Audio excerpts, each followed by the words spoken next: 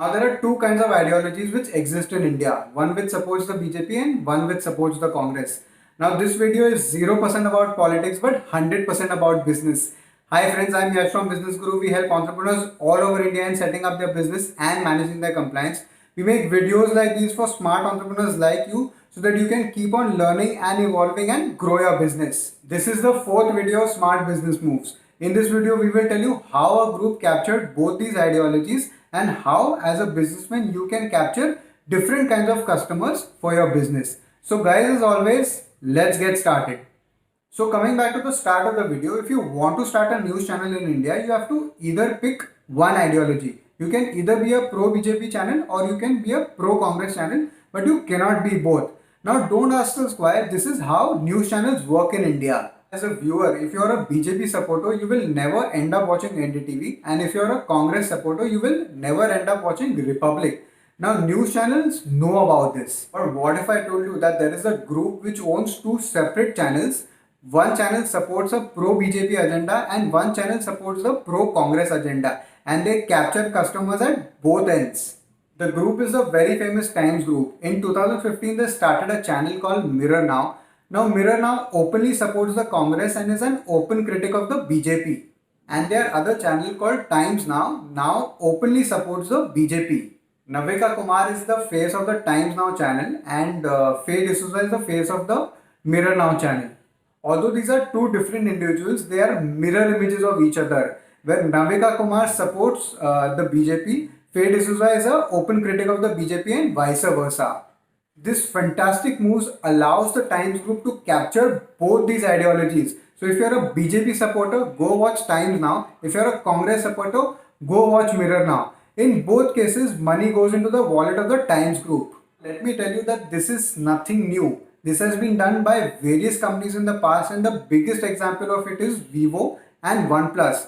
Now everybody knows that Vivo phones cost generally around 15 to 20,000 rupees. If it suddenly removes a phone which is costing 30 to 40,000 rupees, nobody is going to buy. They tried this in the past and they were never successful. So what these guys did, that they created a new brand called OnePlus. Now OnePlus phones are generally in the range of 30 to 40,000 rupees. Now it's become 50,000 rupees.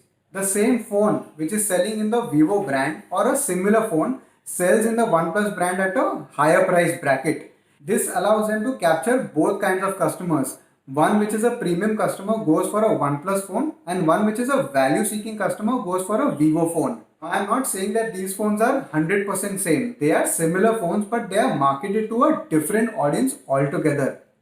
Vivo knows that their audience cannot afford a OnePlus phone, and OnePlus knows that their audience will never buy a Vivo phone.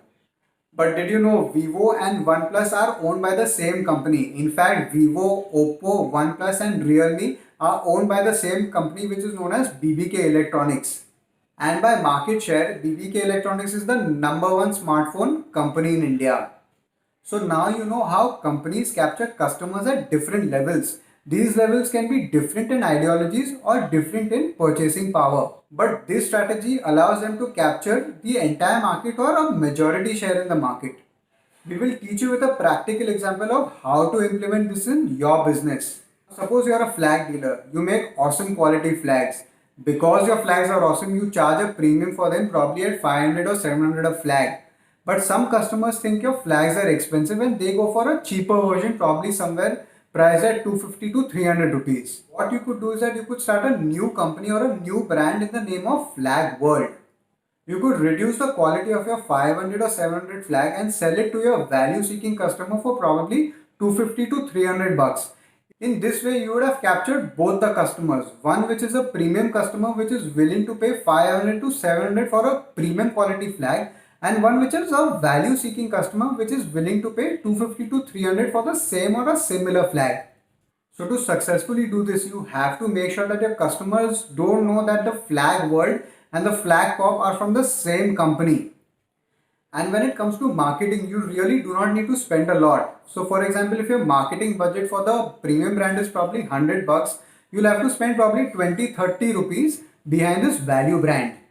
And just like that, you will have made two brands which captures both kinds of customers, the value one and the premium one.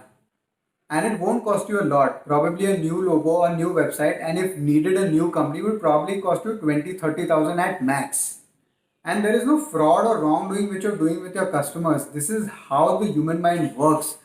A premium customer will never buy something which is cheap, and a value seeking customer will never buy something which is very expensive. To give you an example, Procter and Gamble or P&G has been doing this since ages. Did you know that Tide and Ariel are owned by the same Procter and Gamble? For the same detergent or the same liquid, Ariel charges somewhere around 750 bucks and Tide charges somewhere around 550 rupees. There is a 200 rupee difference or almost a 50% difference in the prices. But the detergents are same or similar. Tide is basically aimed at an audience which is the rural or the semi-urban audience, and Ariel which is aimed at the middle class or a more premium audience. But at the top of it all, Procter and Gamble captures both the customers. So friends, this brings me to the end of the fourth episode of Smart Business Moves. I hope you learned something new, and I hope that you now know how to capture customers in different parts of your industry. If you like this video, please share this video with your friends so that even they can learn from this video. Please like this video, subscribe to our channel and press the bell icon to never miss an update. See you next Wednesday at 7 p.m. for the fifth episode of Smart Business Moves. Until next time, cheers.